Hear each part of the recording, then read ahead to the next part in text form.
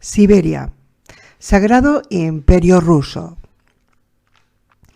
La gente de estos tugurios vive en las condiciones más primitivas. No tienen electricidad ni agua corriente. Las chozas están agrupadas dentro de un muro construido con troncos de árboles.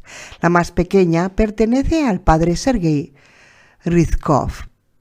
Es un milagro que el viejo sacerdote siga siendo capaz de moverse. Su cojera revela una innumerable cantidad de heridas, de antes y durante la guerra. Su apretón de manos me permite notar que todos los huesos de su mano han estado rotos alguna vez, y su intento de sonrisa muestra que los pocos dientes que no están negros y podridos se cayeron hace ya mucho tiempo. Para poder entender por qué nos convertimos en un estado religioso y cómo ese estado comenzó con un hombre como yo, tiene que entender la naturaleza de nuestra guerra contra los muertos vivientes. Al igual que en muchos otros conflictos, nuestro más grande aliado fue el general invierno. El terrible frío, reforzado y alargado por el cielo oscuro de todo el planeta, nos dio el respiro necesario para preparar nuestra tierra para la liberación. A diferencia de los Estados Unidos, nosotros peleábamos una guerra en dos frentes distintos. Teníamos la barrera de los Urales en el occidente y las hordas asiáticas en el sudeste. Liberia, que ya había sido estabilizada por fin, pero estaba lejos de ser totalmente segura. Teníamos tantos refugiados de India y de China, tantos zombies congelados que se reanimaban cada primavera. Necesitamos esos largos meses de invierno para reorganizar nuestras fuerzas, armar a nuestra población para inventariar y repartir nuestras grandes reservas de equipo militar. No teníamos la misma industria de guerra que otros países. No teníamos un departamento para el uso estratégico de recursos aquí en Rusia. No teníamos ninguna industria más allá de tratar de darle a nuestra población algo que comer. Lo que sí teníamos era nuestro legado como un estado militar e industrial. Yo sé que en Occidente se reían de nosotros por esta estrategia. Iván el paranoico, así era como nos decían, construyendo tanques y bombas mientras su gente pide pan y mantequilla. Sí, la Unión Soviética era retrógrada e ineficiente, y sí, eso quebró nuestra economía y la enterró bajo montañas de equipo militar. Pero cuando la madre patria las necesitó, esas mismas montañas fueron las que salvó a nuestros hijos. Señala hacia un desteñido cartel pegado a la pared. En él aparece la imagen fantasmal de un viejo soldado soviético bajando de los cielos para entregarle una oxidada ametralladora a un joven y agradecido muchacho ruso. La frase en la parte de abajo dice: Diedoshka, es pasiva. Gracias, abuelo. Yo era el capellán de la 32ª División Motorizada de Artilleros. Éramos una unidad de clase D, equipo de 4ª categoría, las armas más viejas de todo nuestro arsenal. Parecíamos extras de una película de guerra patriótica, con nuestras subametralladoras PPSH y nuestros rifles de percusión Mosin Nagant. No teníamos sus nuevos y bien diseñados uniformes de combate. Usábamos las mismas túnicas que nuestros abuelos, lana áspera, mohosa y llena de polillas que apenas sí podía mantener el frío a raya y no servía para proteger contra las mordidas. Teníamos un porcentaje de bajas muy alto. Casi todo el combate era en las ciudades y casi todas las muertes eran por culpa de las municiones defectuosas. Esas balas eran más viejas que cualquiera de nosotros. Algunas habían pasado décadas en sus cajas, expuestas a los elementos desde que Stalin todavía respiraba. Uno nunca sabía cuándo tendría un cubo, cuándo se atascaría el arma justo en el momento en que un muerto estaba sobre uno. Eso pasaba mucho en la 32ª División Motorizada de Artilleros. No éramos tan metódicos y organizados como su ejército. No teníamos sus bonitas y eficientes formaciones Raj-Singh ni su doctrina de combate de un disparo un muerto. Nuestras batallas eran torpes y brutales. Despedazábamos al enemigo con ametralladoras pesadas DSHK y los incinerábamos con lanzallamas y misiles Katyuska. Y los aplastábamos con las orugas de nuestros prehistóricos tanques T-34. Era un desperdicio ineficiente y resultaba un montón de muertes innecesarias. Ufa fue la primera gran batalla de nuestra operación ofensiva. Fue la razón por la que dejamos de entrar a las ciudades y mejor nos dedicamos a amurallarlas durante el invierno. Aprendimos muchas lecciones durante esos primeros meses, avanzando entre los escombros. Después de horas de ataques de artillería pesada, peleando manzana tras manzana, casa tras casa, cuarto tras cuarto, siempre había demasiados zombies, demasiadas balas perdidas y demasiados muchachos recién infectados. Nosotros no teníamos las píldoras de su ejército, esas píldoras L. La única cura que teníamos para la infección era una bala, pero ¿quién iba a tirar del gatillo? No iba a hacerlo uno de los otros soldados. Matar a uno de tus camaradas, incluso en un caso de misericordia como la infección, les recordaba mucho a los diezmos. Era una terrible ironía. Los diezmos le habían dado a nuestras fuerzas armadas el valor y la disciplina para hacer cualquier cosa que les ordenaran, cualquier cosa menos eso. Pedirle o incluso ordenarle a un soldado que matara a otro. Era cruzar una línea que podía llevar a un nuevo motín. Por un tiempo, esa responsabilidad recayó en nuestros líderes, los oficiales y los sargentos mayores. No podríamos haber tomado una decisión más perjudicial. Tener que mirar a esos hombres a la cara, esos niños que estaban bajo la responsabilidad, que habían combatido a tu lado, compartiendo tu pan y tu bolsa de dormir, a los que les había salvado la vida o que te habían salvado en más de una ocasión. ¿Quién puede concentrarse en sus responsabilidades de liderazgo después de cometer un acto como ese? Comenzamos a ver problemas notables entre nuestros oficiales de campo. Deserción, alcoholismo, suicidio. El suicidio se volvió casi una epidemia entre ellos. Nuestra división perdió 4 líderes con experiencia, 3 tenientes y un mayor, apenas durante la primera semana de campaña. 2 de los tenientes se metieron un tiro, uno justo después del hecho y otro a la noche siguiente. Nuestro tercer líder exigió un método más pasivo, lo que más adelante llamábamos suicidio en el combate. Se ofrecía de voluntario para misiones cada vez más peligrosas, actuando de manera irresponsable en vez de como un líder. Murió tratando de acabar con una docena de zombies usando solo una bayoneta. El mayor Kopak solo desapareció. Nadie supo exactamente cuándo. Sabemos que ellos no se lo llevaron. El área había sido barrida por completo y nadie, absolutamente nadie, podía salir del perímetro sin una escolta. Todos sabemos más o menos lo que le pudo haber pasado, pero el coronel Savichev hizo una declaración oficial en la que dijo que el mayor había sido enviado a una misión de reconocimiento y nunca regresó. Incluso lo recomendó para una condecoración póstuma de la Orden del Rodino, primera clase. No se pueden detener los rumores una vez que comienzan y no hay nada peor para la moral de una unidad que el saber que uno de sus oficiales ha desertado. No lo culpo. No puedo. Kopak era un buen hombre, un gran líder. Antes de la crisis había estado 3 veces en Chechenia y una vez en Dagestán. Cuando los muertos comenzaron a levantarse, no solo evitó que su compañía se sublevara, sino que los llevó a todos a pie, con provisiones y con todos sus heridos, desde Kurta, en las montañas Salib, hasta Manasket, en el mar Caspio. 65 días. 37 enfrentamientos, 37.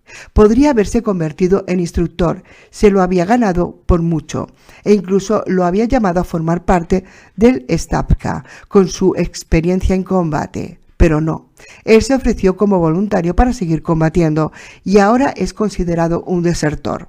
Mucha gente los llamó los segundos diezmos, porque más o menos 1 de cada 10 oficiales se suicidó por esos días. un diezmo que estuvo a punto de poner fin a nuestros esfuerzos de guerra. La alternativa más lógica, la única que quedaba, era permitir que los muchachos lo hicieran ellos mismos. Aún recuerdo sus rostros, sucios y llenos de acné, con los ojos abiertos y enrojecidos mientras cerraban la boca alrededor de sus rifles. ¿Qué más podíamos hacer? No pasó mucho tiempo para que comenzaran a suicidarse en grupo. Todos los que habían sido mordidos en una batalla se reunían en el patio del hospital para tirar del gatillo al mismo tiempo. Supongo que era reconfortante saber que no iban a morir solos. Probablemente era lo único que lo tranquilizaban un poco, porque estoy seguro de que yo no lo conseguía. Yo era un hombre de fe, en un país que había perdido la suya mucho tiempo atrás. Las décadas de comunismo, seguidas por una democracia materialista, habían creado toda una generación de rusos que no conocían ni necesitaban del opio del pueblo. Como capellán, mis deberes se limitaban a recoger las cartas de los muchachos condenados para sus familias y repartirles algo de vodka si es que había. Mi labor era casi por completo inútil, lo sabía, y tal como iban las cosas en nuestro país, no esperaba que nada pudiera cambiarlo. Pero todo cambió justo después de la batalla de Kostroma, apenas unas semanas antes del asalto oficial contra Moscú. Había ido a un hospital a administrar los últimos ritos a los infectados.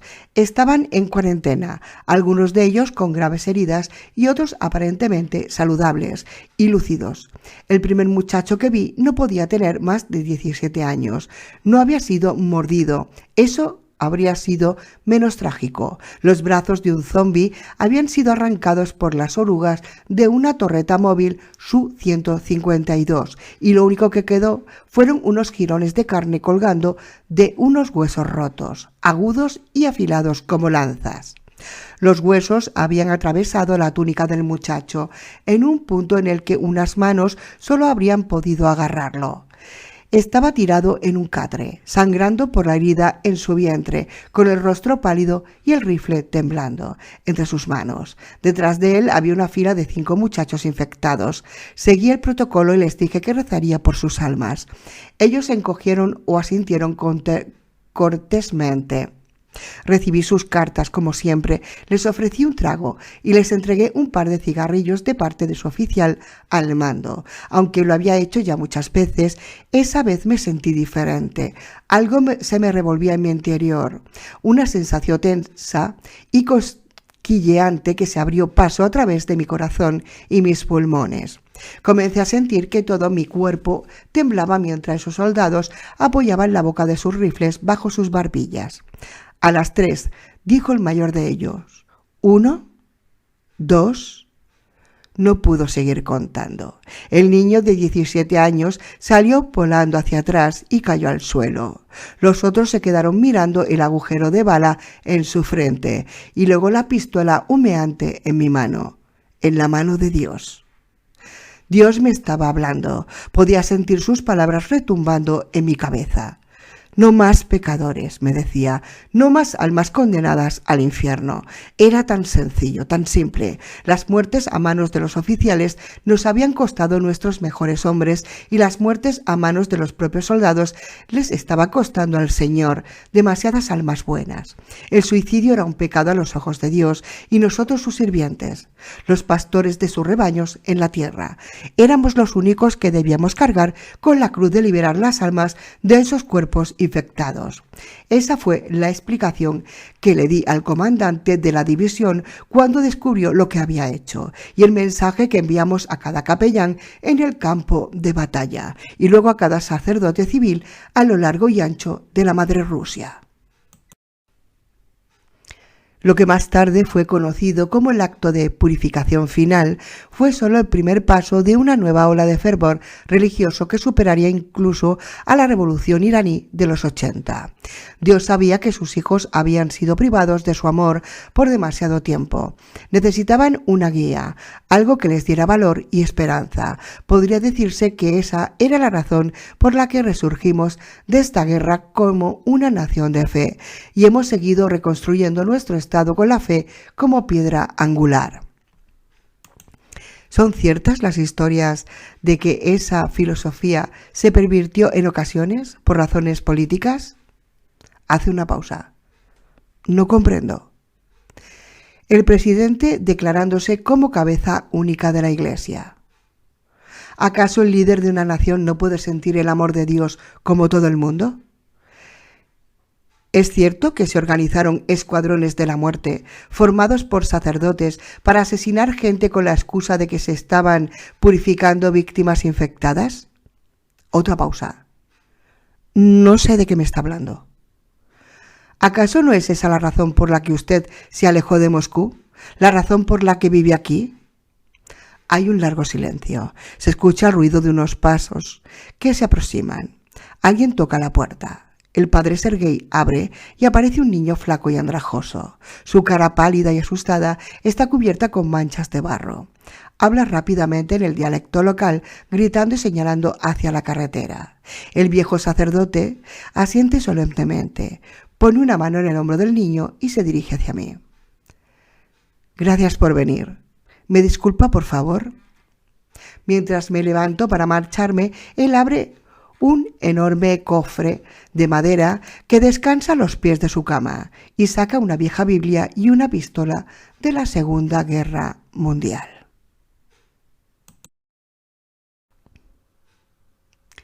A bordo del USS Olokai, cerca de las costas de Hawái. El Deep Glider 7 parece más un avión de fuselaje doble que un mini submarino. Metiendo sobre mi estómago en la cubierta de estribor, mirando hacia el exterior a través de una claraboya frontal gruesa y transparente.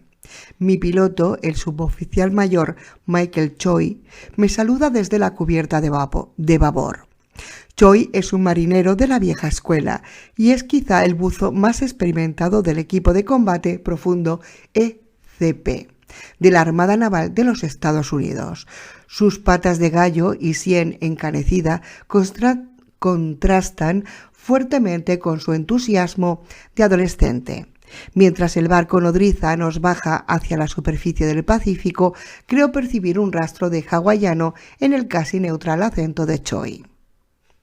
Mi guerra nunca terminó. En el mejor de los casos podría decirse que se hace cada vez peor. Todos los meses incrementamos nuestras operaciones y aumentamos nuestros recursos materiales y humanos. Dicen que todavía debe de quedar entre 20 y 30 millones, que siguen apareciendo de vez en cuando en las playas o enganchados en las redes de los pescadores. No se puede trabajar en una plataforma petrolera o reparar un cable transatlántico sin encontrarse con un enjambre. Para eso son estas inmersiones, para tratar de encontrarlos, rastrearlos y predecir sus movimientos y quizás así tener un poco de ventaja. Atravesamos la superficie con un alarmante golpe. Choi sonríe, revisa sus instrumentos y alterna las frecuencias de su radio entre la mía y la del barco nodriza. El agua frente a mí se revuelve blanca por un segundo y luego se torna azul clara cuando empezamos a sumergirnos. ¿Cómo me va a preguntar acerca de escafandras autónomas y trajes de cota de malla contra tiburones, verdad? Porque esa basura no tuvo nada que ver con nuestra guerra. Los arpones, las bengalas y las redes antizombies en los ríos. No puedo ayudarle con nada de eso. Si quiere información sobre esas cosas civiles, hable con los civiles. Pero los militares sí usaron esos métodos. Solo en las operaciones de agua dulce, y fueron los idiotas del ejército. En lo personal, jamás me he puesto un traje de malla ni una careta. Bueno, al menos no en combate. En la guerra usábamos exclusivamente el TBA, traje de buceo atmosférico. Es como una mezcla de traje astronauta y armadura medieval. En realidad, la tecnología es de hace unos 200 años, cuando a alguien se le ocurrió inventar un barril con una ventana y unos agujeros para sacar los brazos. Después de eso vinieron cosas como el Tritonia y el Niflhügel. Parecía algo salido de una película de ciencia ficción de los 50, como Robbie el robot y esas cosas, pero todo eso desapareció después. ¿En verdad les sirve esa información? Sí, por favor. Bueno, esa tecnología cayó en desuso cuando inventaron la escafandra autónoma de buceo. Y solo la revivieron cuando los buzos tuvieron que ir hondo, de verdad hondo, para trabajar en las bases de las plataformas petrolíferas en alta mar. Verá, entre más se baja, mayor es la presión. Entre mayor es la presión, más peligroso es usar una escafandra o cualquier otro equipo en el que se respira una mezcla de gases. Uno tiene que pasar días, a veces semanas, en una cámara de descompresión. Y si por alguna razón hay que salir rápido a la superficie, se sufren embolias, burbujas de gas en la sangre y en el cerebro. Y no hablemos de los riesgos a largo plazo, como la necrosis ósea, por respirar tanto tiempo una mierda que no deberíamos respirar en primer lugar. Hace una pausa para revisar sus instrumentos. La forma más segura de bajar, de ir más profundo y de quedarse abajo más tiempo es encerrar todo tu cuerpo en una burbuja con la misma presión que la superficie. Señala el compartimento que nos rodea. Justo como estamos nosotros, seguros, protegidos y en lo que respecta a nuestros cuerpos, igual que en la superficie. Eso mismo pasa en un TVA. La profundidad y la duración de la inmersión están limitadas solo por el grosor de la armadura y por el equipo de soporte vital. ¿Entonces es como un submarino personal? Sumergible. Un submarino puede estar abajo por años. Tiene su propio suministro de poder y fabrica su propio oxígeno. Un sumergible solo puede hacer inmersiones de corta duración, como los de antes de la Segunda Guerra Mundial, o este en el que estamos. El agua comienza a oscurecerse, volviéndose de un púrpura oscuro.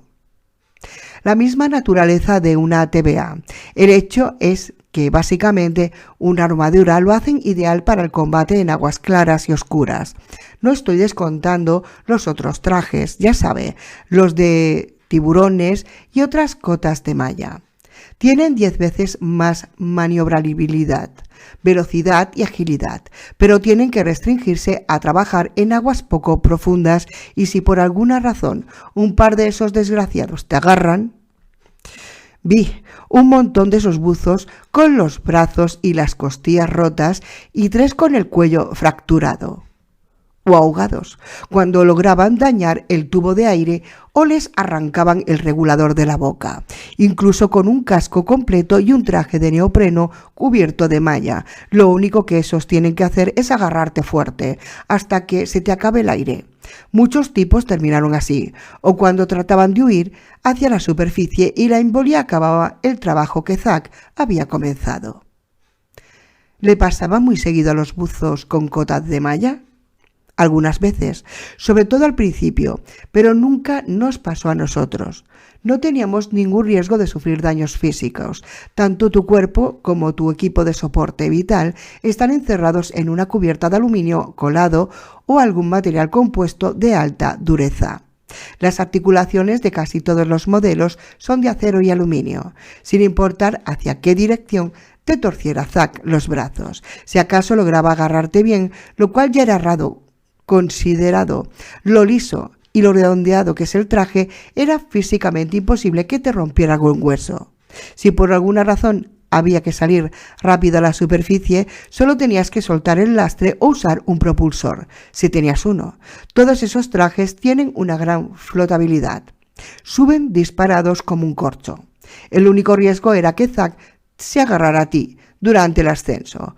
Un par de veces mis compañeros subieron a la superficie con polizones aferrados al traje, agarrados luchando por sus vidas o por sus muertes. Se ríe. Ese tipo de salida nunca fue necesaria en combate. Casi todos los modelos de TVA cuentan con soporte vital para 48 horas, sin importar cuántos GS te rodearan, o que un montón de escombros te cayeran encima o que tu pierna se enredara en un cable submarino. Uno podía simplemente sentarse, cómodo y seguro, y esperar a que llegara la caballería. Nadie entra solo, nunca, y creo que el máximo que un buzo de TVA tuvo que esperar por apoyo fue 6 horas.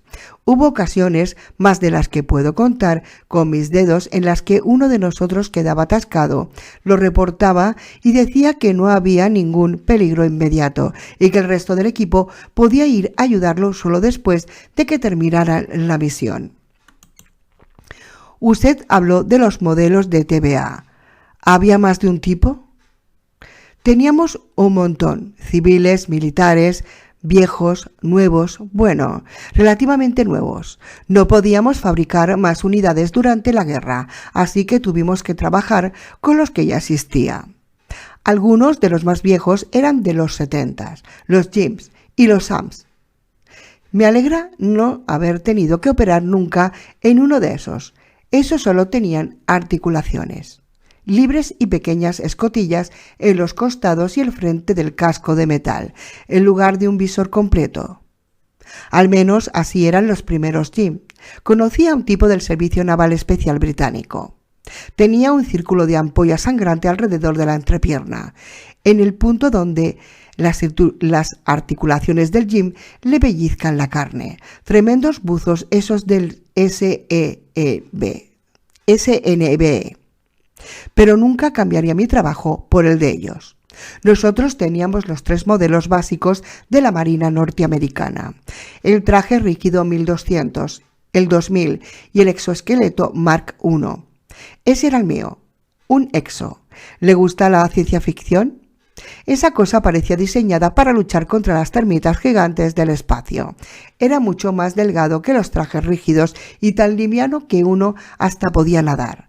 Esa era la mayor ventaja sobre los rígidos y sobre todos los demás sistemas del TVA. Ser capaz de operar flotando sobre el enemigo, incluso sin la ayuda de flotadores y propulsores, y eso compensaba de sobra el hecho de que uno no se podía rascar si le picaba en alguna parte.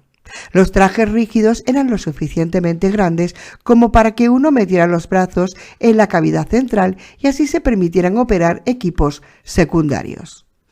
¿Qué clase de equipos? Luces, vídeos, sonares de barrido lateral. Los trajes rígidos eran unidades de trabajo pesado, mientras que los exos eran solo para respaldo y labores pequeñas. Uno no tenía que preocuparse por un montón de lecturas y de maquinaria. No teníamos la distracción de todas las tareas que tenían que hacer los de los rígidos. El exo era esbelto y sencillo y te permitía concentrarte en tu arma y en el campo frente a ti. ¿Qué tipo de armas usaban? Al principio teníamos la M9, una especie de copia barata y modificada de la APS ruso. Digo modificada porque los TVA no tenían nada parecido a mano. Uno tenía garras de 4 puntas o simple abrazaderas industriales. Ambas funcionaban bien en el combate cuerpo a cuerpo.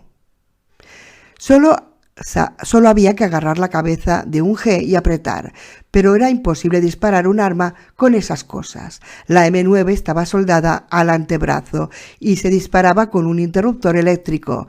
Tenía una mira láser para precisión y cilindros de aire comprimido que impulsaban unos dardos de acero de 10 centímetros de largo. El principal problema era que estaban diseñadas para operar en aguas poco profundas. A las profundidades en las que trabajábamos colapsaban como cáscaras de huevo. Casi un año después conseguimos un modelo más eficiente, la M11, diseñada por el mismo tipo que había inventado los trajes rígidos y el exo. Ojalá que a ese canadiense loco le hayan dado 1 tonelada de medallas por lo que hizo por nosotros. El único problema fue que Destre consideró que la producción era demasiado costosa. Todo el tiempo nos decían que con las garras y nuestras herramientas de construcción teníamos suficientes armas para manejar a Zack. ¿Qué los hizo cambiar de parecer? Troll. Estábamos en el Mar del Norte, reparando una plataforma noruega de extracción de gas natural, y de pronto llegaron... Por supuesto que estábamos esperando algún tipo de ataque. El ruido y las luces de un trabajo de construcción siempre atraían al menos a un puñado de ellos, pero no sabíamos que teníamos a todo un enjambre cerca. Uno de nuestros centinelas sonó la alarma. Nos dirigimos hacia su posición y de pronto nos vimos inundados. Luchar mano a mano bajo el agua es una cosa horrible. La arena del fondo se remueve. Uno no ve absolutamente nada. Es como pelear dentro de un vaso de leche. Los zombies no se mueren así, sin más, cuando uno los aplasta. Casi todo el tiempo se despedazan, fragmentos de hueso, músculo, órganos y cerebro, mezclados con la arena que da vuelta a su alrededor. Los niños de estos días, maldita sea, ya sueno como mi papá. Pero es cierto, los niños de estos días, los nuevos buzos TVA con su Mark 3 y 4 tienen esos EDVC, equipos de detección para visibilidad cero, con representación visual de sonar y equipos de visión nocturna. La imagen digital es superpuesta en una pantalla transparente fijada en el visor, como en la cabina de un avión de combate. Súmele a eso un par de hidrófonos en estéreo y se tiene una ventaja sensorial sobre Zack. Las cosas no eran así cuando yo trabajé con los EXO. No podíamos ver, no podíamos escuchar, ni siquiera podíamos sentir si un G nos estaba agarrando por la espalda. ¿Por qué? Porque una de las fallas fundamentales de cualquier TVA es un total aislamiento táctil. El simple hecho de que el traje sea una coraza rígida implica que uno no puede sentir nada del mundo exterior, ni siquiera si un G te tiene bien agarrado, a menos que Zack esté tirando con fuerza, tratando de jalarte o darte la vuelta. Uno no lo nota sino hasta que su cara está frente a la tuya. Esa noche en Troll, las luces de los cascos solo consiguieron empeorar el problema, dibujando un haz de luz que proyectaba las sombras de sus manos y cabezas muertas. Esa fue la única vez que sentí escalofríos. No miedo, como le expliqué antes, sino escalofríos, manoteando entre una nube de tiza disuelta y viendo de repente una cara podrida apretada contra mi visor. Los buzos civiles de las plataformas petrolíferas no volvieron al trabajo, ni siquiera bajo amenazas, hasta que nosotros, sus escoltas, estuvimos mejor armados. Ya habían perdido suficientes hombres, atacados en medio de la oscuridad. No me imagino cómo era eso, estar metido en uno de esos trajes de neopreno, trabajando casi por completo a oscuras, con los ojos ardiéndote por la luz de la soldadura autógena, con el cuerpo dormido por el frío o quemado por el agua caliente que bombeaban a través de las tuberías. De pronto sientes unas manos sobre ti, o dientes, forcejeas, pides ayuda, tratas de pelear o de nadar mientras tiran de ti. A veces lo único que regresaba a la superficie eran unos pedazos del traje o una línea de seguridad rota. Por eso el ECP se convirtió en una división oficial de la Armada. Nuestras primeras misiones fueron para proteger a los obreros de las plataformas para seguir extrayendo petróleo. Luego nos expandimos con tareas como asegurar las playas y limpiar los puertos. ¿A qué se refiere con asegurar las playas?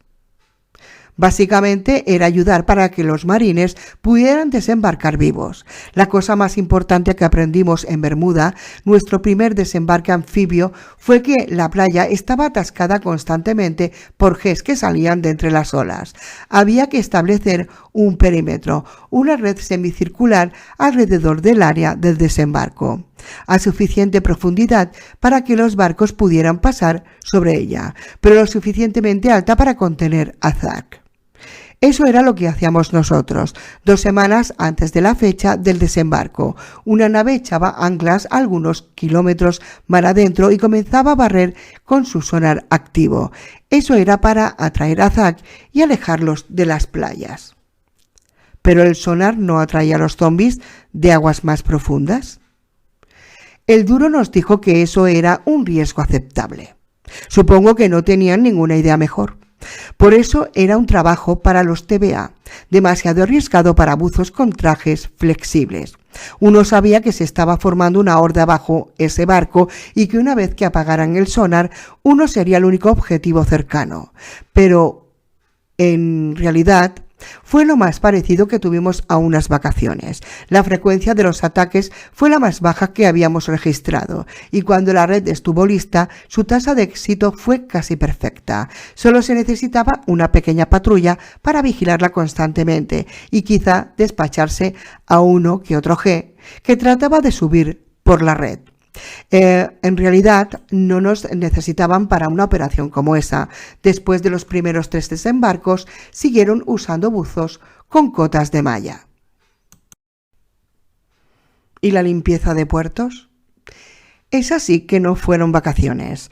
Eso fue en las etapas finales de la guerra, cuando no se trataba solo de despejar una playa, sino de rehabilitar los puertos para el transporte y el comercio.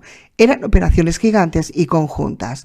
Buzos convencionales, unidades de TVA, incluso voluntarios civiles equipados solo con carteas y arpones.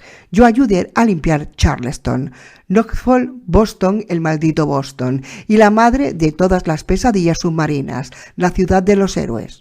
Yo sé que los soldados se quejan de lo malo que era pelear en una ciudad. Pero imagínese cómo era en una ciudad submarina, una ciudad formada por barcos hundidos, autos, aviones y toda la basura que se puede imaginar. Durante la evacuación, cuando un montón de barcos mercantes estaban tratando de abrir todo el espacio posible para los refugiados, muchos simplemente lanzaron su carga por la borda. Sofás, hornos, montañas y montañas de ropa. Los televisores de plasma siempre se rompían cuando uno les caminaba por encima y siempre me imaginaba que eran huesos. También me imaginaba que veía a Zack detrás de cada lavadora y secadora, trepando sobre cada montaña de aires acondicionados. Algunas veces era solo mi imaginación, pero otras veces lo peor era tener que limpiar un barco hundido. Siempre había algunos que se habían hundido saliendo del puerto, uno que otro, como el Frank Cable. Esta enorme plataforma móvil para el mantenimiento de submarinos había naufragado cuando apenas se estaba alejando de la orilla. Antes de poder subirla teníamos que hacer un barrido compartimento por compartimento. Esa fue la única vez que sentí que mi exo era un estorbo, una mole gigante. No me golpeé la cabeza con el dintel de todas las puertas, pero sentía que estaba a punto de hacerlo todo el tiempo. Muchas de las compuertas estaban bloqueadas por escombros. Teníamos que abrirnos paso entre la basura o por las cubiertas y a través de las escotillas. Algunas cubiertas habían quedado debilitadas por algún impacto o la corrosión. Estaba pasando a través de un corredor sobre el cuarto de máquinas del cable, cuando el piso se derrumbó bajo mi peso. Antes de poder salir nadando, antes siquiera de poder pensar, había cientos de ellos en el cuarto de máquinas. Estaba rodeado, ahogándome en un mar de piernas, brazos y pedazos de carne. Si tuviera una pesadilla recurrente, y no digo que la tenga, porque no, pero si la tuviera, sería estar metido otra vez allí, solo que completamente desnudo. Esa sería.